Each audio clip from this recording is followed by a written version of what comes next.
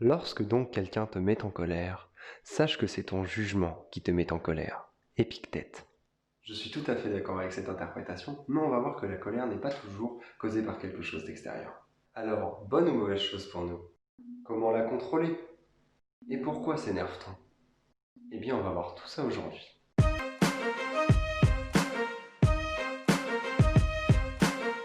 Et comme d'habitude, on va commencer par sa définition. La colère est donc un état affectif violent et passager résultant d'un sentiment, d'une agression, d'un désagrément traduisant un vif mécontentement et accompagné de réactions brutales. C'est donc une émotion agressive en réponse à une sensation d'agression. Elle peut être provoquée par différentes choses, dont notamment une divergence d'opinion, des paroles blessantes ou tout simplement une sensation de nullité. On voit donc ici... J'ai pas vu. On voit donc ici que la colère peut être dirigée vers les autres ou vers soi-même de par exemple le sentiment de nullité.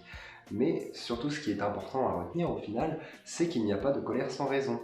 J'aimerais d'abord différencier la colère et la haine. D'un côté, la colère est une réponse à un sentiment d'agression, comme on vient de le voir, mais a pour but d'exprimer un mécontentement et de se sentir mieux. Elle a donc un but qui est, lui, protecteur, contrairement à la haine. La haine, de son côté, n'a pour but que de détruire l'autre, détruire la personne qui est en face. Elle a un but d'hostilité néfaste et elle est provoquée par un sentiment personnel de détestation, d'hostilité ou d'exécration très forte à l'égard de quelque chose ou quelqu'un. Merci Wikipédia. Donc pour faire simple, la colère est-elle protectrice alors que la haine est-elle destructrice? Différenciez bien les deux.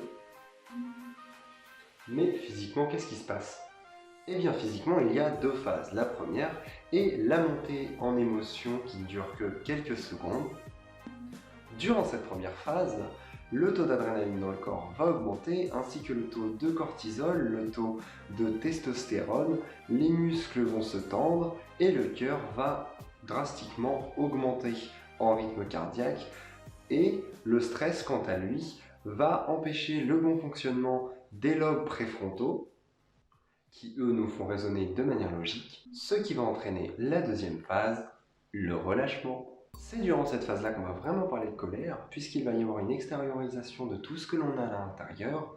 Il va notamment y avoir une diminution du stress, une diminution du taux de cortisol et du rythme cardiaque, et on va avoir une grande sensation de bien-être qui va venir à l'intérieur de nous, mais seulement sur le moment, en fonction du type de colère ou de l'intensité ou de vers qui est-ce que c'est dirigé. À la suite, on peut avoir soit des regrets, soit rien du tout simplement, puisque la colère est un moyen aussi de se soulager tout simplement.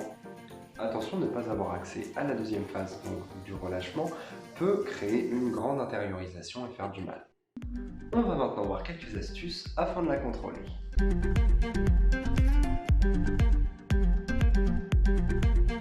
La première astuce est donc en avoir conscience.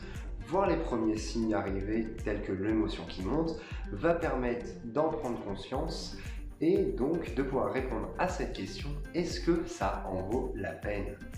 Sinon, on va pouvoir la désamorcer et l'éviter. Si oui, on va la relâcher et se sentir mieux. Comment ça, se sentir mieux? Eh bien, merci Arthur, ça nous amène au deuxième point, l'équilibre.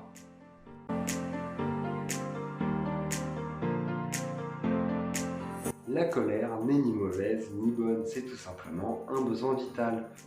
Un surplus de colère va augmenter les tensions autour de soi, rendre soupolé, donc plus sensible aux agressions, et surtout, très important, avoir trop de colère et trop la relâcher tout le temps va augmenter l'agressivité, ça peut rendre violent. Et au contraire, emmagasiner trop de colère sans jamais la relâcher va avoir des répercussions directement sur la santé, donc par exemple des problèmes qui vont être d'ordre cardiaque, cardiovasculaire, ou peut avoir un effet de repli sur soi-même, ou tout simplement, et bien pire, une dépression, puisque le repli sur soi-même va créer une distance avec les autres et une souffrance intérieure. Alors que trouver le bon équilibre va nous permettre d'utiliser ce qu'on appelle une colère positive. C'est une colère qui va non seulement nous aider à avoir confiance en nous, mais aussi augmenter notre motivation dans tout ce que l'on va entreprendre, qui va améliorer nos liens sociaux et surtout qui va baisser grandement notre agressivité envers les autres, envers nous-mêmes, et donc une colère qui va être extrêmement positive. Donc oui, la colère peut être positive. Donc ne la laissez pas ressurgir tout le temps, mais ne l'étouffez pas totalement, il faut juste trouver le bon équilibre.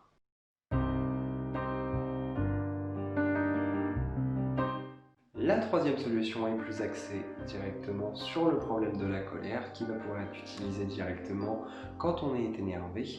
C'est tout simplement des exercices de respiration, ou tout simplement prendre une grande bouffée d'air, puisqu'une grande bouffée d'air va pouvoir diminuer votre stress, mais aussi vous aider à prendre quelques secondes pour réfléchir au problème, vous demander la question du numéro 1, est-ce que ça en vaut vraiment la peine? Et donc c'est une solution qui est extrêmement facile, mais aussi extrêmement efficace. Pour conclure, j'aimerais juste dire que la colère est tout simplement une émotion vitale, qu'on ne peut pas s'en débarrasser totalement puisqu'elle fait partie de nos vies à tous, tout le monde s'est déjà énervé évidemment, mais qu'on peut apprendre à vivre avec, la maîtriser, la contrôler, peut la faire devenir quelque chose de très utile et de très bon au final. C'est l'émotion qui nous permet le plus de nous soulager au final. Et bien voilà, j'espère que la vidéo vous aura plu. Si elle vous a plu, n'hésitez pas à liker, à commenter, à partager, à vous abonner, donc tout le train-train habituel. Je vais essayer de refaire quelques vidéos sur des émotions, certainement très prochainement. J'ai plusieurs idées pour les prochaines semaines. Mais voilà, j'espère que ça vous a plu. N'hésitez pas à vous abonner. À la prochaine. Allez, abonnez-vous.